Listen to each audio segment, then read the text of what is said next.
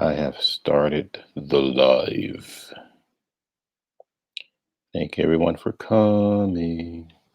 Appreciate you, Charwooly, known as Just As Shar. We got Azula Baguga. What's that? Beluga. Beloja.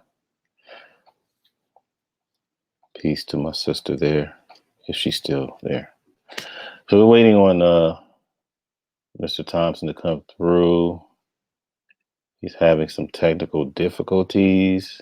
I guess StreamYard is showing his ugly head today.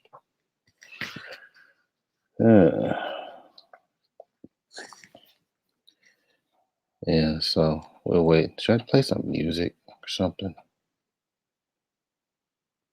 Nah. I think you're tired of my music. So, So the gentleman that's coming through, his name is John Thompson. I think a lot of people have seen him on Al Greasy's Frustrated, and among other things.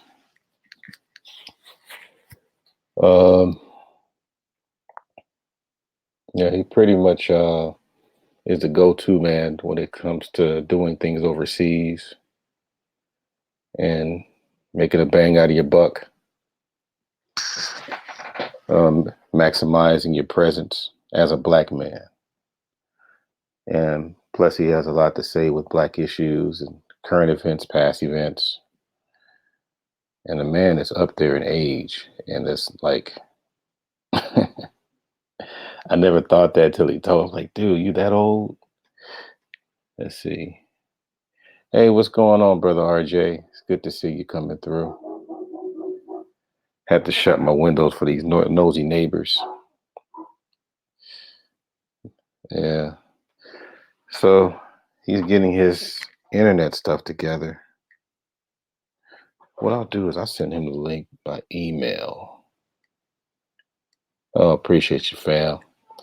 Yeah, we got RJ out there. He's my panhandle brother.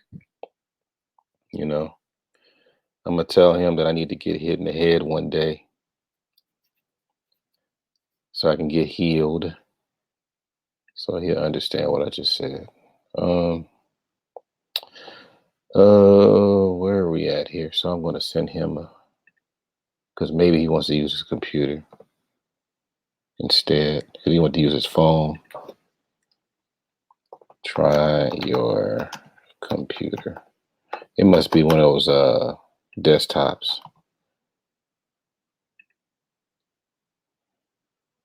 There. But yeah, you guys, I haven't went live in a minute. Oh man. Oh, we got let's say we got my favorite Scorpio up in here. What's going on, Kels?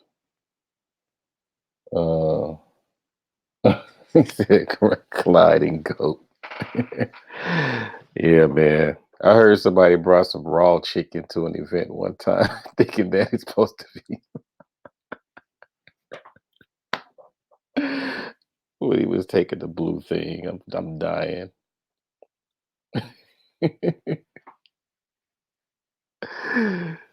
Oh man, that was hilarious though.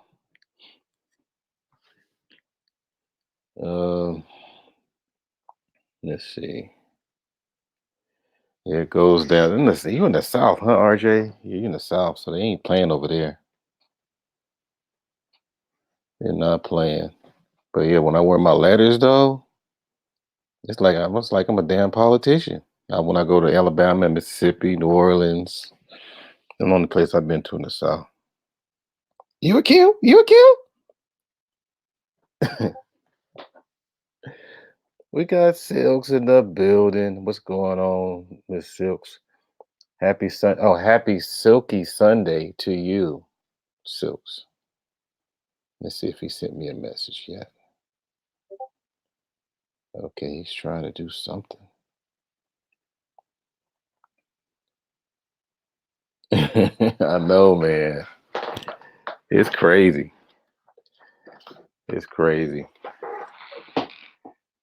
There and for some reason that I don't know. I don't know how it is with your organization, how people are in different states. People always got the need to say, "This is how we do it down here." I don't know how you do it over there, but this is how we do it over here. I'm like, dude, we're in the same organization. Yeah. So, anybody got anything, any current stuff? Hopefully, I'm not in competition with people fighting each other and stuff. What's going on, Miss Gigi? How's that cancer thing going for you? Meaning cancer spirit, y'all, not the disease, but cancer. Good to see you, Sister Gigi. Here. Yeah, I did that BGS live yesterday. Man, I'd be leaving late and be so tired, man. That wear you. I don't see how I can do that every day. I don't, you know. So I'm gonna start highlighting what you guys said. Breaking news. Breaking news. All right.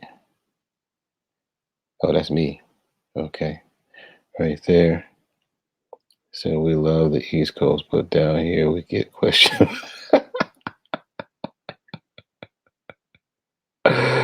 Yeah. I know, Gigi. I need to ask you that because we had these full moons. I'm like, how does that? I mean, are you thirsty a lot? Are you crying a lot? That's because if you were a Cancer and you got these full moons, what's the gravity like? So by for those people that are here, we're waiting on John Thompson. He's having technical issues there. So you know, it is what it is, though. We're gonna make it happen. We're gonna do the thing. Well, we got 9 up in here. Okay, we'll have it hooked up, everybody. You know,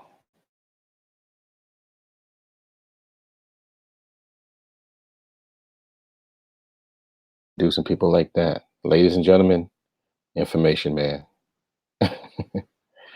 He said I get to hugging. Are you serious? So you're more emotional on full moons, Miss Gigi? I never thought of that. Oh, there you go.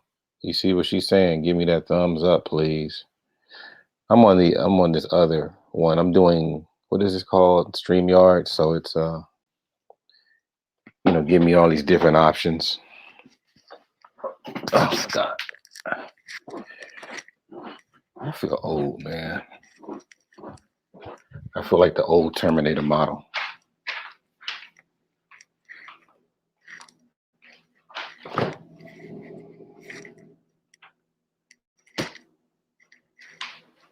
So we're waiting on Mr. Thompson.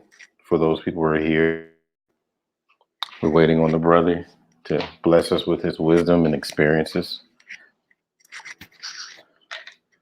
Again, this is the brother that you saw on Al Greasy's frustrated video. Charles Tyler was. Oh, wait a minute. He's coming in. Dun, dun, dun, dun. He's walking in the building. I hope his connection works out pretty good now. Let's see.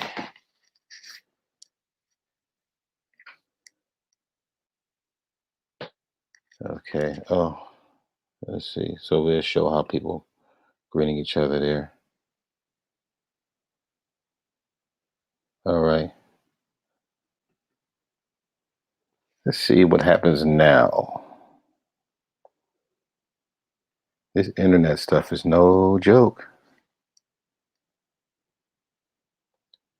Here we got Jackie. What's going on, Jackie? Uh, Mr. Thompson, did you make it in? Mr. Thompson. Let's see. Then we got our great great visionary in our community, right?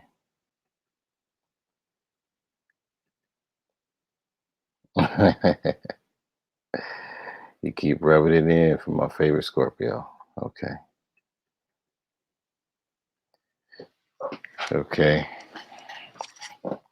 We're only 11 minutes behind, so it kind of turns into a little. Oh, you think that's what it is? His internet is not strong enough. Uh, he came through earlier. Mm, interesting.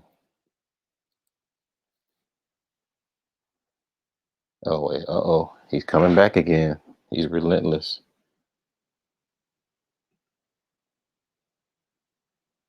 And to the stream. Hello. I can hear you. Can you hear me? Can you hear me?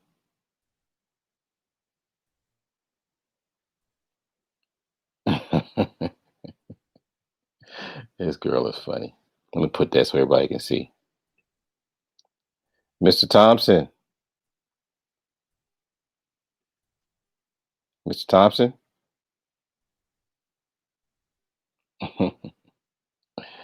Hello. I can Okay. hear. How we doing with the internet there? We good? Mr. Thompson. Mr. Thompson.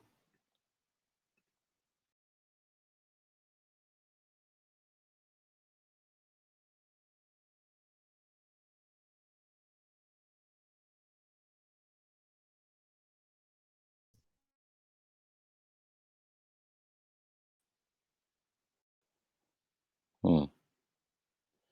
Can everybody hear me still? Mr. Thompson.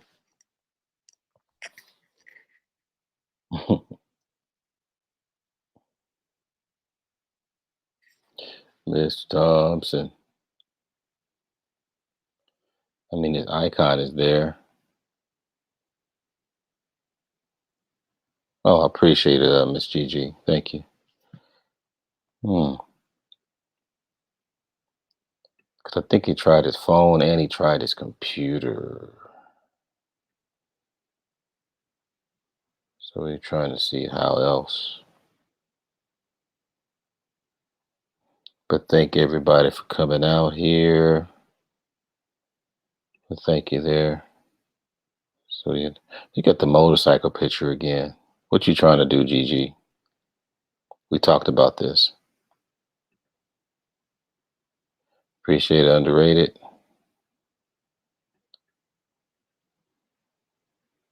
Wow. I don't know, because when I was out there, my internet was pretty cool. So I don't know. And I'm quite sure John got stuff that he. I can hear you now. Okay. We good now? I'm good. All right. Okay. Testing 1, 2. So we're 15 minutes in, so that's still a good thing. So that's not too bad. So how are you doing today, Mr. Thompson? Oh, man, I'm blessed, man. I woke up another day. Oh, okay. Okay. Yeah, so I was pretty much telling everybody, uh-oh. I see you got a little freeze there. Can you still hear me? Oh man. Loud and clear. This internet. Oh my God. Is it mine? Okay. Can you hear me? Can you hear me? Uh-oh. Uh-oh. Just I'll wait for you to respond. So we're just waiting on you, Mr. Okay, Thompson. I'm still here, buddy. Oh, okay. Okay. So we'll just get right into our interview because a lot of people know, you I know. hear you loud and clear. Oh, okay. Good, good. Because sometimes you freeze, your image freeze, and sometimes your voice gets cut off. So I'm just letting you know what we hear on our end there. So every now and then you're probably hearing me Oh, repeating something oh, I can or hear you, ask. buddy. Can you hear me? I can hear you. Yes, yes. Okay. So we'll get right into it here.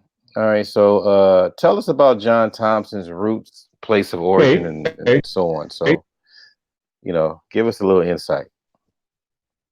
Well, I'm born in the South and raised, and you know, I got to Brooklyn around the 1952, 53, something like that. Go by so fast, man. Man. Okay. But the sharp contrast between the South and Brooklyn. It was more. It Brooklyn was different, very, very different from the South, because South had family structure that's more, were better than when you came. It was altogether different. So it was like a wake up. Okay. Now, what about your family, friends, and the city where you were raised? Because you're talking about Brooklyn. So, Well, we kept in touch. I got family all over the United States. Family's pretty big, and as you came to Brooklyn, Bill, I'm in Brooklyn. You know how that goes. Life in this world we live in. So, you know, I got kids, grandchildren, everything. okay. Now, what kind of young man were you at that time when you were growing up in Brooklyn? Were you like hard edge? Were you like the I church grew up type in Bed. man? Break that down for us. Go ahead. I'm sorry. Well, from this in the South. You all that I knew was all I knew in the South was church. When you Okay. came when New York, the different environment, but that's part of a black families moving from the South is altogether different in the big cities. It's you know crime is greater in the big cities than the huge difference.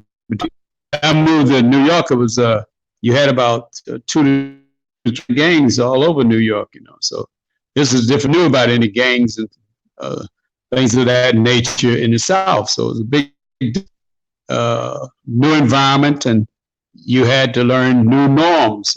But that's part of the black struggle.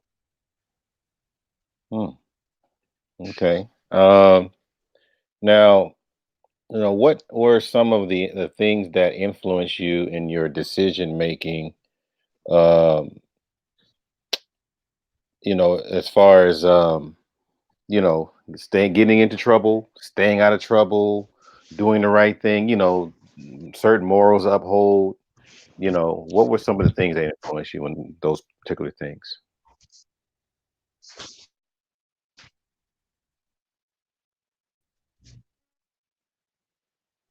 Are you there?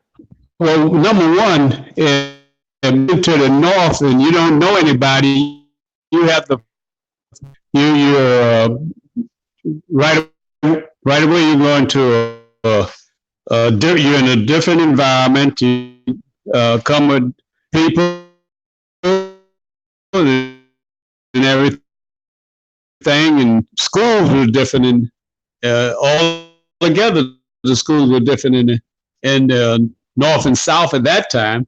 Uh, the gangs, every school had a gang. Various gangs. You had to learn how to survive in the new environment. So, and learn how to survive. Uh, Matter of fact, ex-police chief in New York, a school at the first students in junior high on the block for where Spike Lee that thing. It's around 93. So everything is different, a different environment from the South.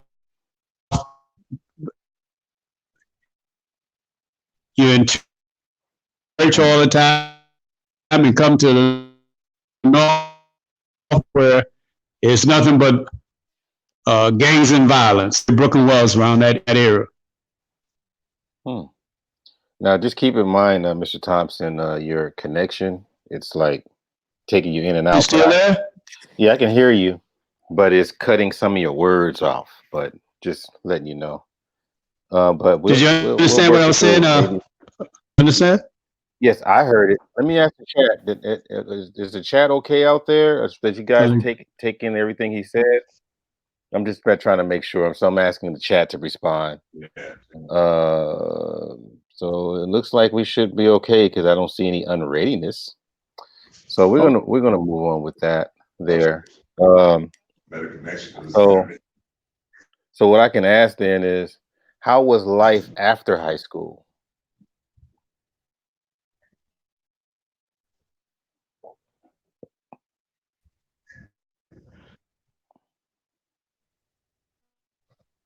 Did you hear the question? Oh, they said they can hear a little. Mr. Thompson, are you there? They're saying that you're. Uh-oh. Ooh, he dropped. Man, what's going on? We angered the internet gods or something. Apparently he had technical issues again, so he'll be back again. So if you guys want, you can always put some questions in the chat. We're going to get down to the nitty gritty of things as far as this overseas and going back and forth to the U.S. and doing business ventures and his philanthropies and giving back. So anyhow, yeah, the great Don Thompson. So people were probably thinking like, well, why are you interviewing? Well, remember I told people that I teach out there in Brazil where he goes sometimes, and he kind of like hooked me up with some of the people that I took with me. Which said his Wi-Fi is not a good connection. Yeah, it seems like yeah. He's done interviews before, so I don't get it. Um, yeah, so yeah, y'all think he might have to turn, like, start his stuff over? I don't know. But anyhow, he was, all the people that came out to take my class from the U.S. He's the one that took care of them. Everything they needed. These were ladies too. I didn't have any guys come in my do my class trips yet. Uh, he took care of them. You know. Uh, yeah, so yeah, welcome. What's his name? Let's see. Welcome, James Keels. Thank you for coming through. Yeah, so he took care of everybody. So that's the guy that I knew.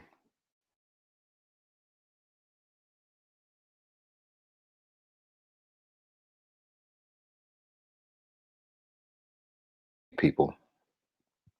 All right. So yeah. So don't forget we have. Let me see. We have 8 people here. Any questions so far? Any questions? Comments?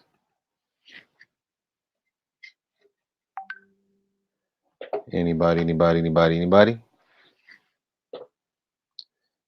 Let's see. Hmm. Let's see here. Yeah.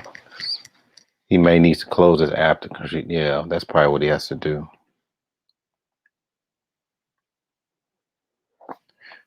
Yeah. It's like because a lot of people saw that video, that documentary, Frustrated Men and Women, and they gave him a long. They gave him a lot of time on the movie or whatever, the documentary. And if he wants to, I'm gonna ask him to talk about that a little bit because Essence Magazine if anybody knows, Essence Magazine gave Al Greasy some problems about that video, and they tried to throw John Thompson's name under the bus, so he went on and responded to their article. But yeah, so we're still waiting on Mr. Thompson to come through again. I don't understand what's going on with his internet connection, but it's going to work out. He's answering questions pretty fast, so I thought he was gonna give me the whole Ernest Hemingway type answer. So let's see what he has to say here. I think he's back. I'm with Thompson. you now. Yes, sir. All right, so we're gonna go right from where we left off. All right. So that question that we had was, how was life after high school? What was the question? How was life after high school? What ventures did you jump into after that, after you finished the whole school experience? Well, after I left high school, working at odd jobs in in the army, in the government industry, and trying to get a job. I wanted I needed to go to college because there was, degrees. Of course, you have a better opportunity. So doing community college for a while, and I found myself dropping out of the community colleges, and then the whole Congressman Shirley Chisholm's program where college is free. I get free college, and I probably wouldn't have stayed in it, but the money was coming good. So I attended college. I got a job at the post office. I was a post employee, and then I started to enjoy college. So I spent 9.5 years at Brooklyn College. Okay. Received my my BA and MA. So it was great. Okay. Now, I assume that you got into a profession after that. Well, well, first of all, I was slinging hamburgers. Okay. At BX in Queens, and some of the workers at the post office said, "Hey, man, what'd you do the post office? An application?" I took them, and I had a little political influence. So we had a black postmaster at that time, Stratton, first black postmaster, I think, in New York. And I wrote a suggestion and got an award for that. And with my influence, they sent me right back where I was slinging the hamburgers.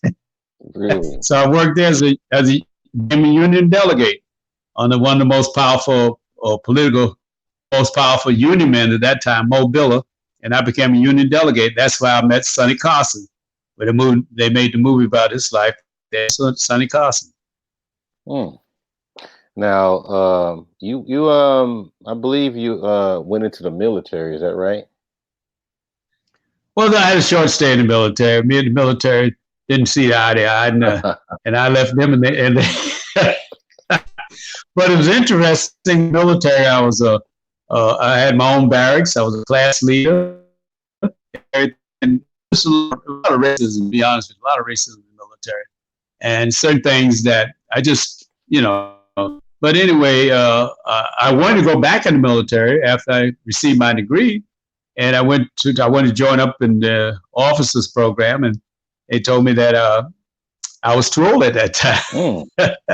So that was but I loved the military. I had my own barracks, and they had to take them to reverie. It was interesting. The military was a hell of in Texas. Texas was a hell of an experience too.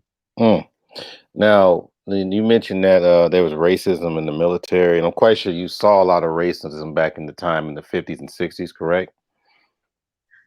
Oh, for sure. I remember, of course, when Emmett Till was killed, in Money, Mississippi, and I've been on many protests, okay, and what have you. So I was involved in the movement.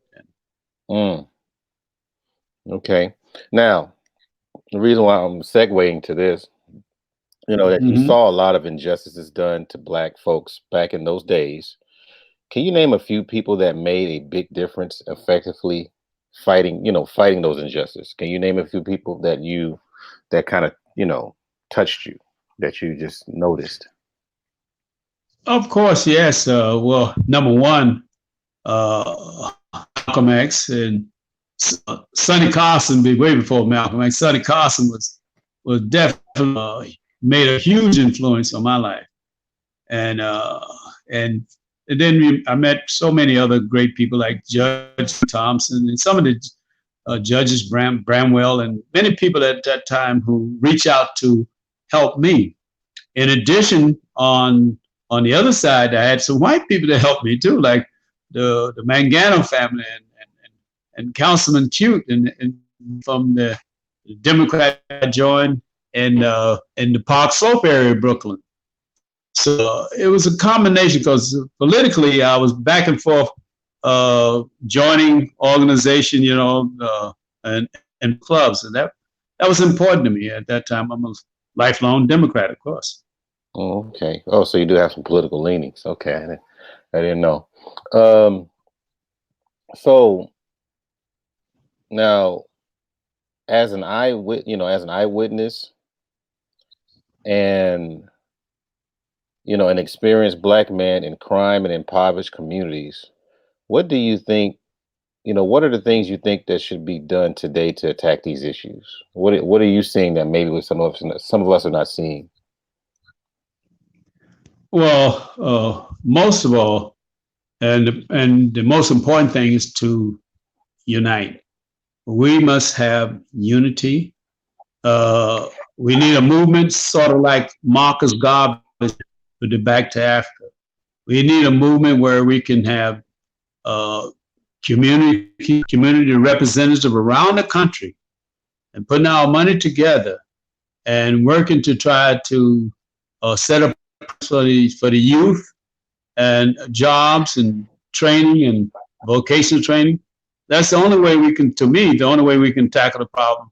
We must unite as a people to try to get our communities back together again and stop all the crime, black on black crime. That's what we have to do. Okay. Um, Now, as far as I guess some of the I guess some of the things that you came across after high school, and I guess some of the college experience. I believe that you got into law enforcement. Yes, yes, I did. But let me go back to Bedford at time. Okay. Uh, and I joined the military to avoid being killed in Brooklyn. Oh. So you the military and many blacks joined the military because of the injustices in the United States, but also the violence in their community. And many of them lost their lives in wars by joining the military. Uh, uh, your first line of uh, uh, uh, problems was in the black community. But of course, all this is caused by discrimination and injustices and lack of jobs and programs and what have you that you had, and life being black, all the other from the white community. So joining the military, joining law enforcement was an accomplishment, and I did 20 years in law enforcement. Yeah. So and I often ask people that are in law enforcement is and I'm assuming that you moved up in status, because most people do that I talk to. So as you moved up in status in law enforcement, was it difficult to maintain your black identity as you were moving up? How did that work, especially back then?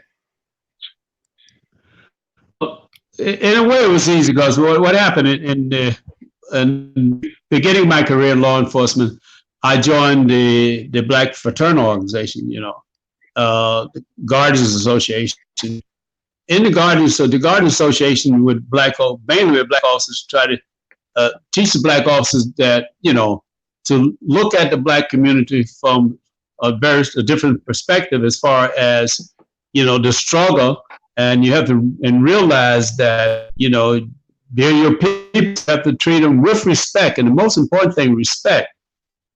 And that was my role as a law enforcement, as an officer, and as a superior officer. Uh, some of it was a little extreme because I wanted to do the right thing. You understand? So, but all in all, they gave me respect, and I got respect, and it was a easy transition. And I must say, I didn't have problems. I told y'all have a problem trying to deal with the regular, but I don't have a problem. So some in my may feel a little different, but that was my way of doing things, and I so my was best. That's the only thing I can say.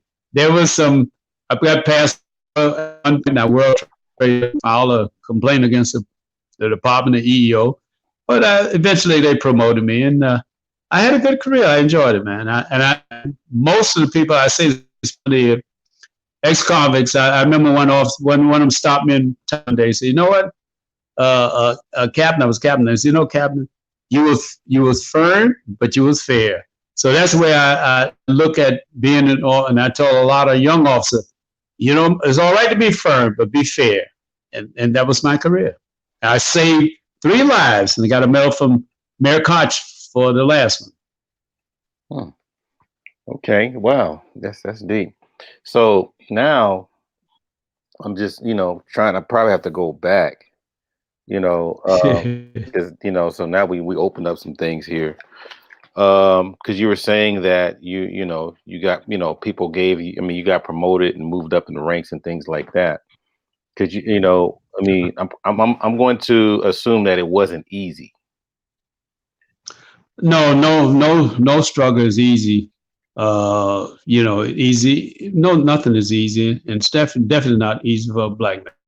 So, but you perseverance. You got to keep pushing, and you got to get focused on the cause. And like I say, Sonny Carson and a lot of the politicians in Brooklyn that I met, both black and gave me encouragement.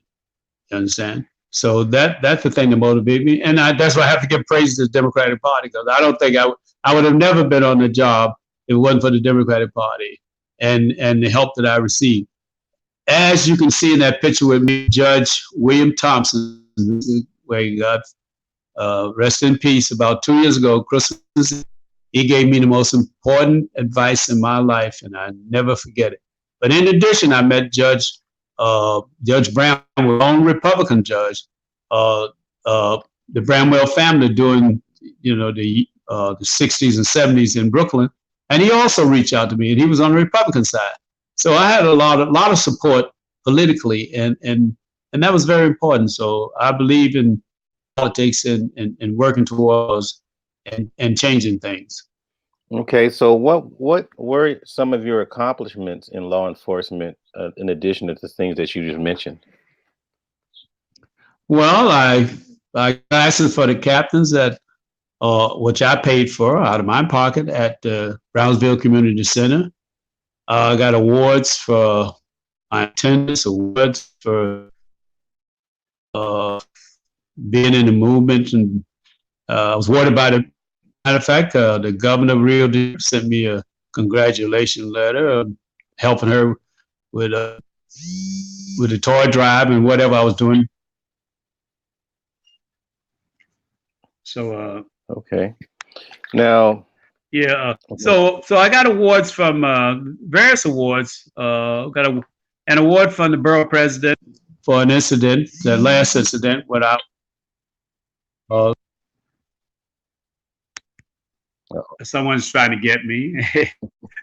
So I got awards over the years, for community action, and working with the in the department and everything. So, Hmm. uh, Okay. that was very important. And working with, trying to make a difference in the lives of people. And right now, I work with the kids in the favelas here in Rio de Janeiro. We're trying to do a after school study program in one of the favelas. So these are things that I'm more that motivate trying to help, especially young people. Okay. Now, now the other, let me see. One of the things I'm really trying to, let me see.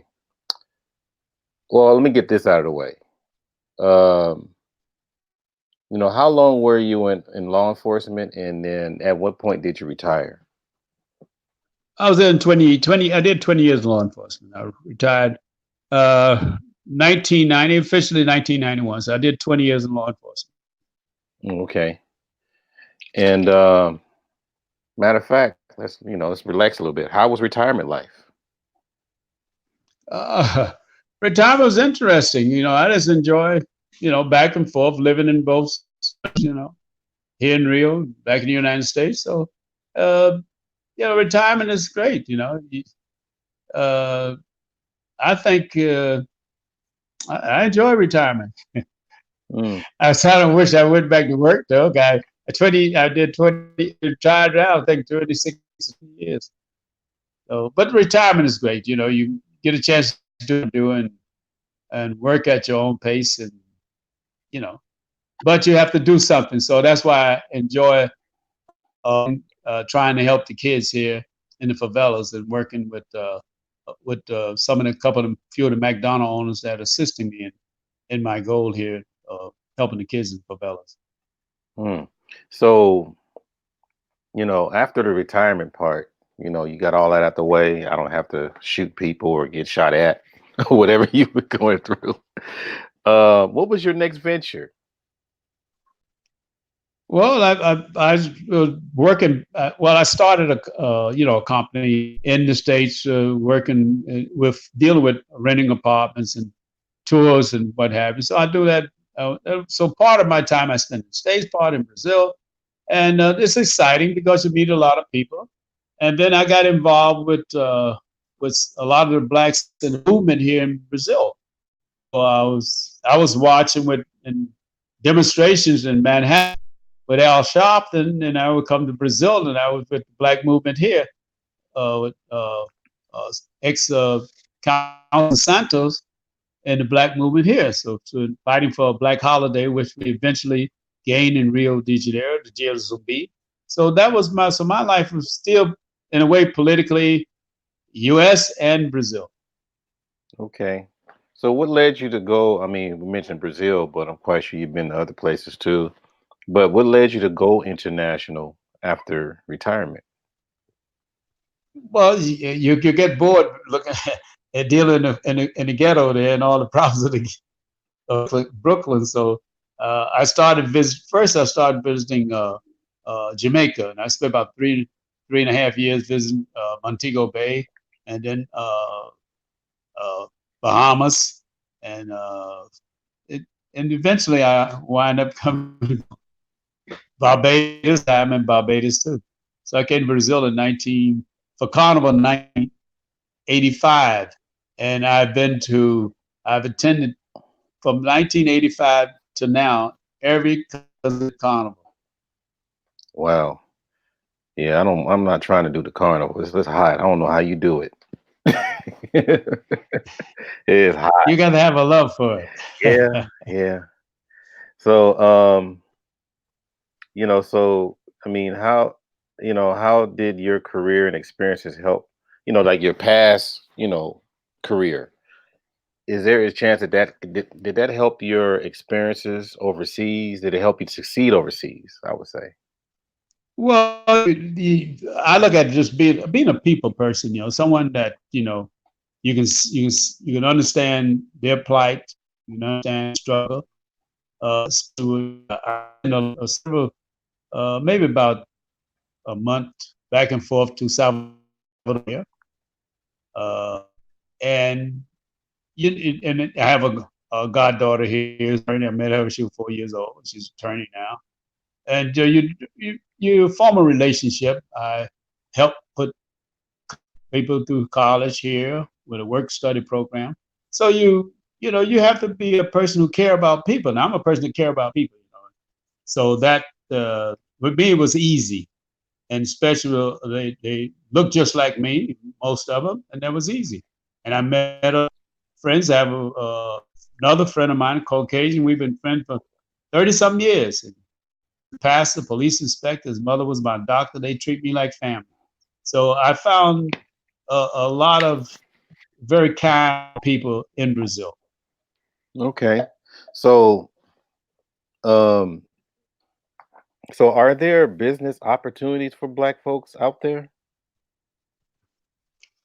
Oh, I would think there are a lot of opportunities, especially now that uh, uh, uh, President seemed to be a brother of as uh,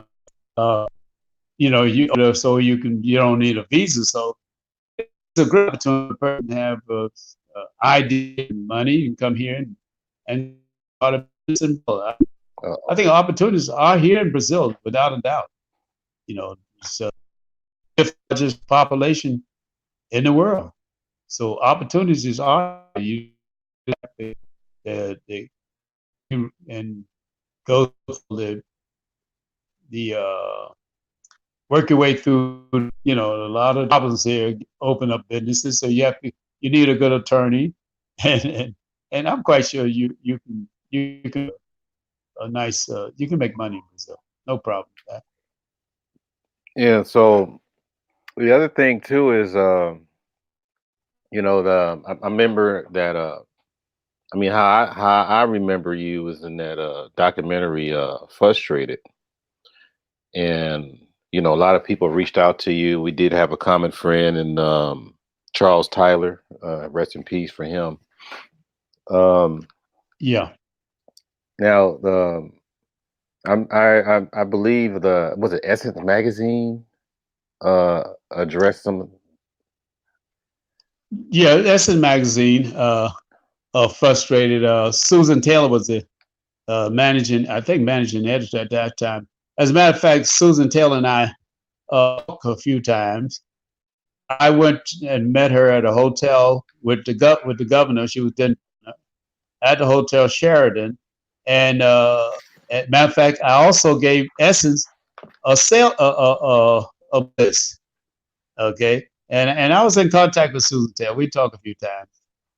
I was surprised that article based on the relationship I and knowing Susan Taylor, I was shocked. Essence uh, printing an article like that. I was very taken back on that. Hmm. I Yeah, got a picture of Susan Taylor. We took a picture together at the Sheraton Hotel.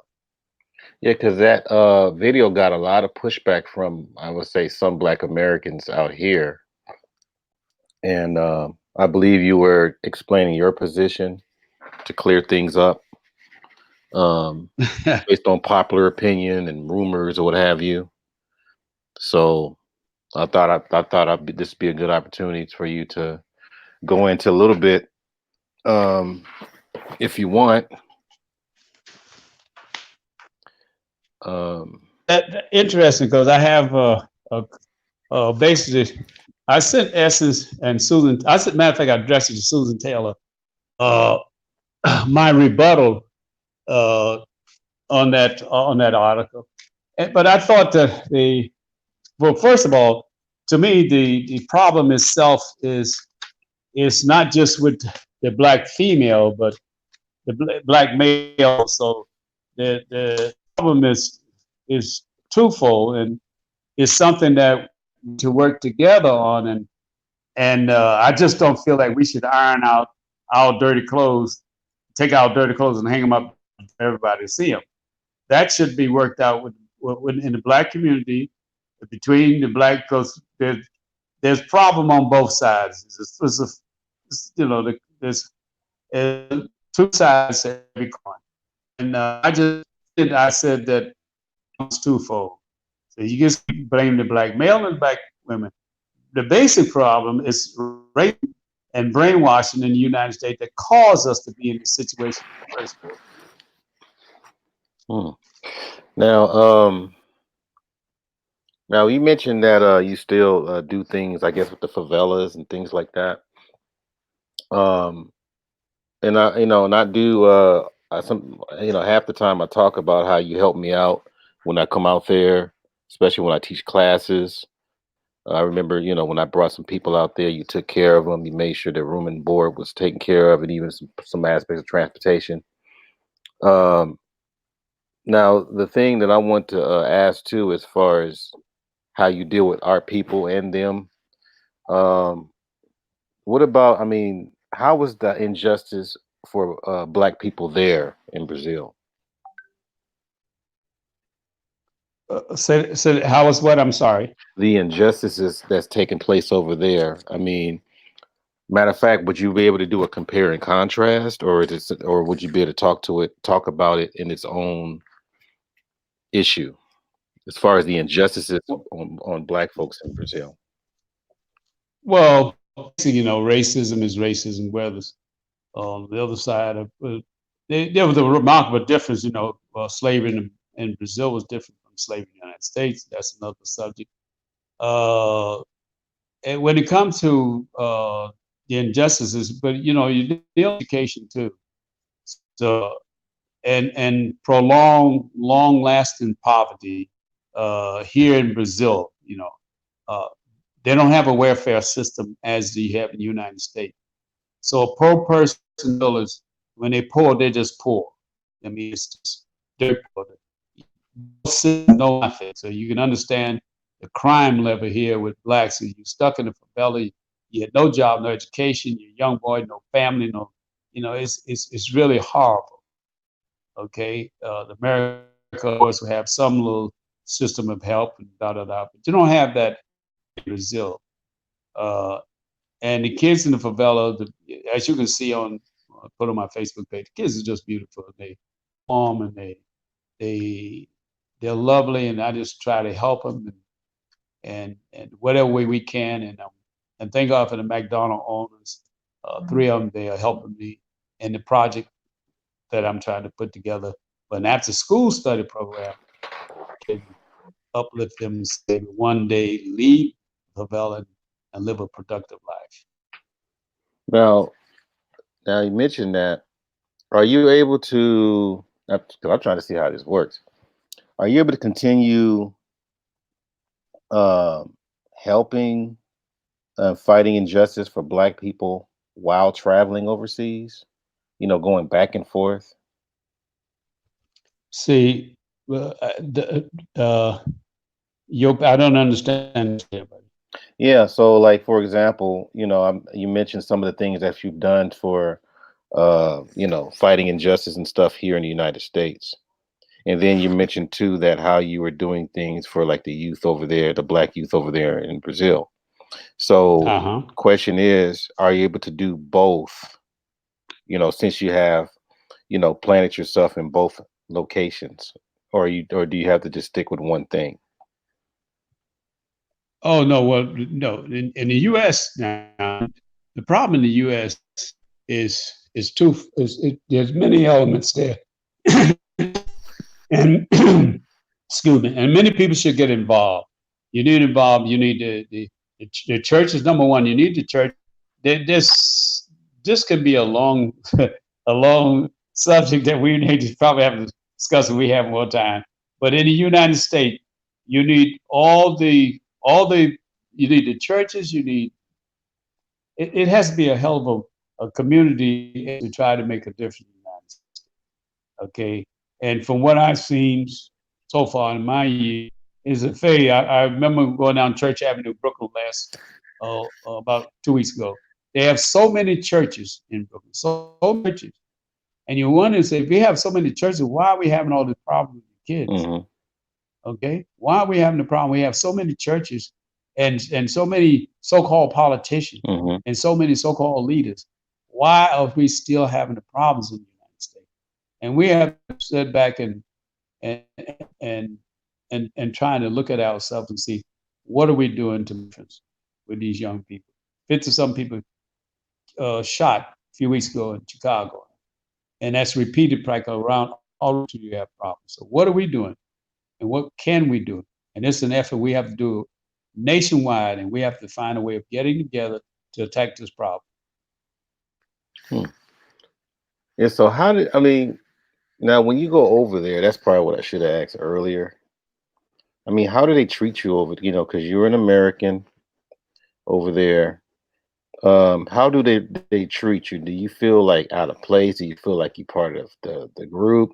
Because a lot of people keep putting this out there where when you go to other countries, you're going to be treated certain ways and things like that. So, could you explain your experience? Well, personally, I think that a lot of people will judge you the way you present. Number one, Hmm. okay, and, when I walk in a place, I walk in like I'm a man. I'm to be respected, respect you, and I want you to respect me. So I watch kids grow up here. They grow down in Urbana. I've seen so many because back and forth for 30 something years. And some of the thugs I know because I knew when they were babies. Okay.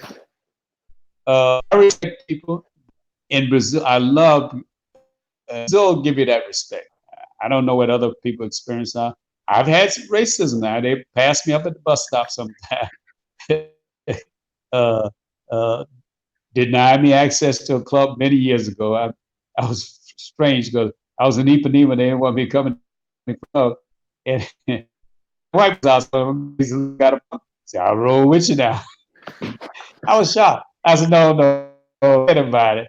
But overall, if you show respect, you're going to respect. Okay? Uh, Blacks need to realize that with that police now, in Brazil, you walk in a thin line. So you have to show respect. You go with a hard attitude, it's going to be twofold against you. So and I've been I've almost had a couple situations, but in law, one thing about you, once you get it, move that around the world, they respect you in law enforcement. But you'll get respect if you show respect.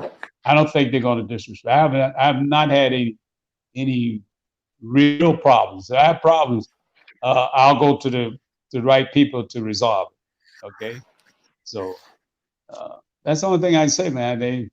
I went to the hospital. They didn't see me in an hour and 10 minutes one time. Seniors supposed to be seen in an hour and 10 minutes. I started raising hell. I told them I'm taking their name and call the police.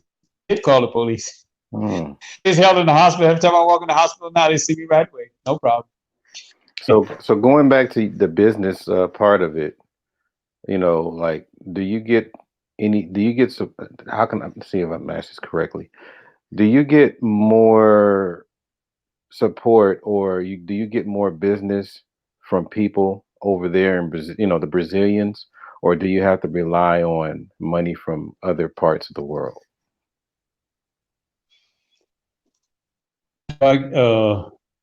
Reference to Whatever business, whatever, clients. yeah, with clients, yeah, clients, pretty much, yeah. Well. That's a fact of where you just waiting your racism involved. Okay. If you're, I find that being black, uh, you get very few white clients, Hmm. very few. Hmm. Okay, that's racism. Okay, uh, but maybe I don't as in the other market. I mean, a lot of your white Brazilians here in Brazil, they go to Argentina and they form a relationship. So many of them are getting Argentina clients in the country. Uh, but that's another subject too to Okay. discuss. Okay. When it comes to black support. See, now that's it's the same thing in the United States now. It's the same reason why we don't have another Black Wall Street code. Support each other. On the other hand, the other ethnic groups, they support each other. Mm. And, and that's a reason why many black businesses fail. You know that. So that's another subject for another Man, time. I mean, I definitely want to do another panel on with you about black businesses there, the lack of black products, things like that. Because I've seen some things over there, and I'm like, wow, if this, I'm always thinking that if this was there, man, we blow up. I'm always thinking that, even though you got to go through a lot, the taxes and all that stuff. But yeah, I mean, that was some of the things that I felt that was very important for people out there to listen to, because usually when we're doing things overseas, there's always a pushback based on them not knowing what's going on, or they're hearing it from social media, or people that had a bad experience, things like that. But I always knew that you were the guy that let us know the real on what's going on, and cleared whatever things up. Um, the other, Well, oh, go ahead. let me say one thing, which is extremely important. Uh, and in the state and Brazil, if blacks went out and support black businesses like we did in 1913, what have you, in the 1920s, we had the Black Wall Street, we had Rosewood, we had all these uh, striving businesses on. Our basic problem just don't support each other. So you can look at that at the black communities in Bedford Stuyvesant, Brownfield, whatever, where you see most of your supermarkets are controlled by others. We just don't support it. We got the numbers. We're the biggest spenders, but we don't support our own people businesses. This is the nature of the problem, whether it's in Brazil or United States.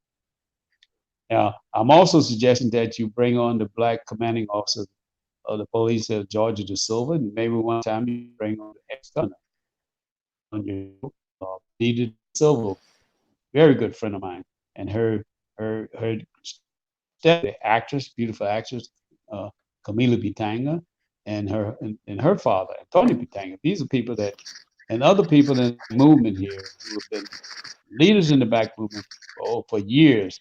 It's a great. It'd be nice if you can bring them on the show and let them give you their perspective on their country. Hmm. Yeah, I definitely, if we can help set that up, I definitely would bring them on the show, and pick their brains, and try to get some clarity of things that people need to know, Mhm.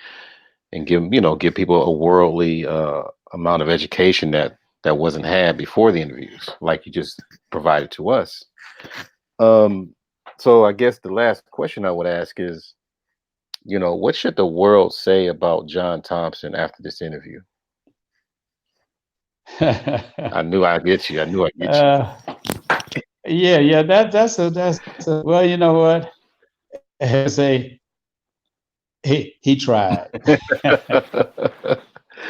And I don't know if you wanted to disclose your age, but I'm like, you don't look the age you told me. So I'll be 78 soon. damn. Looking forward to it. And you don't walk around with a cane. You don't have bad posture. You get around pretty Yeah, I fast. left the cane in the closet. I mean, you do a lot of When walking. I'm at carnival, I take my cane with me if I go to carnival because if you're senior and you go to carnival and you're going up those steps, they don't want to move for you. So I bought me a cane and I keep it in reserve. To carnival, I'm gonna take my cane with me before they can move out of the way if I can get up to go to the bathroom. So, Oh, okay, I got you. A little swing and hit. but I contribute a lot of that now. If you just taking for instance, look at Soul Train. You see how most of the kids were and adults during the period of Soul Train. Hmm. Marvin Gaye when he did the What's Going On album and he filmed it in Chicago and filmed uh, the problem with American was a lot of people to me to not be here is the food and everything they feed.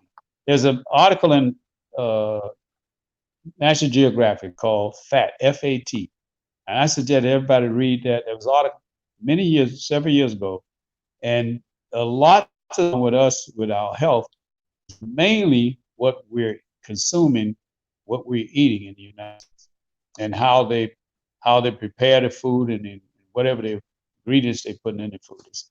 I think it's detrimental to everyone in the United States. That's the way I look at it. Hmm, okay.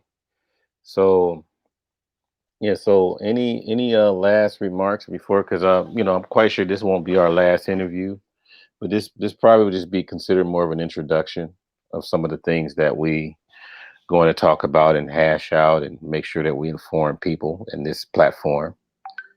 So, Well, mhm. my last remarks would be support black business and save the children worldwide. Okay. Oh, and one last thing. Do you have any events coming up that you want people to know about, or do you? Oh yeah, we having a well we having a in November. You know, we have the Black Holiday, Dia de Zumbi, the 20th of November. So we have a little celebration and little parties for November. Then in New Year's, we're gonna have something on the beach celebrating New Year's, and then Carnival. So we do have something come and some flyers on it, so the people know. But it, all I say is for everyone to stay healthy and just be concerned about each and maybe we can make a difference in this world. And do you have a website or any type of thing for people to look up just that so they can support you and what you're doing? You start now because I have Captain Davis, Ozzy Davis' nephew, just retired uh, from Delta Airline on board, and several other people. And we have a new website coming up. They can all at my Facebook page, J.H. Thompson Rio. Look at my Facebook page. But we have a new website coming up, and we're going to do we have a lot of remarkable things we're going to present and to the public. So I think they're enjoying it. We want to bring families down and male, female families. You need to come to know Brazil and your black culture here. People in the black movement here. There's a great black movement going on right now in Brazil.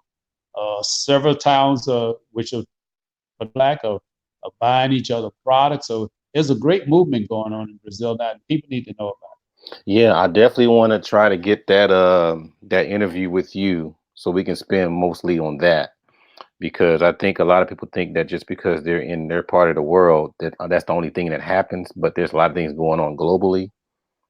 And I don't know, I connected with a lot of people out there too that I'm still making money from. So I don't know what people are sleeping on. But the black movement is great. The black movement, and you see where the afros, boy, this is the country of afros now.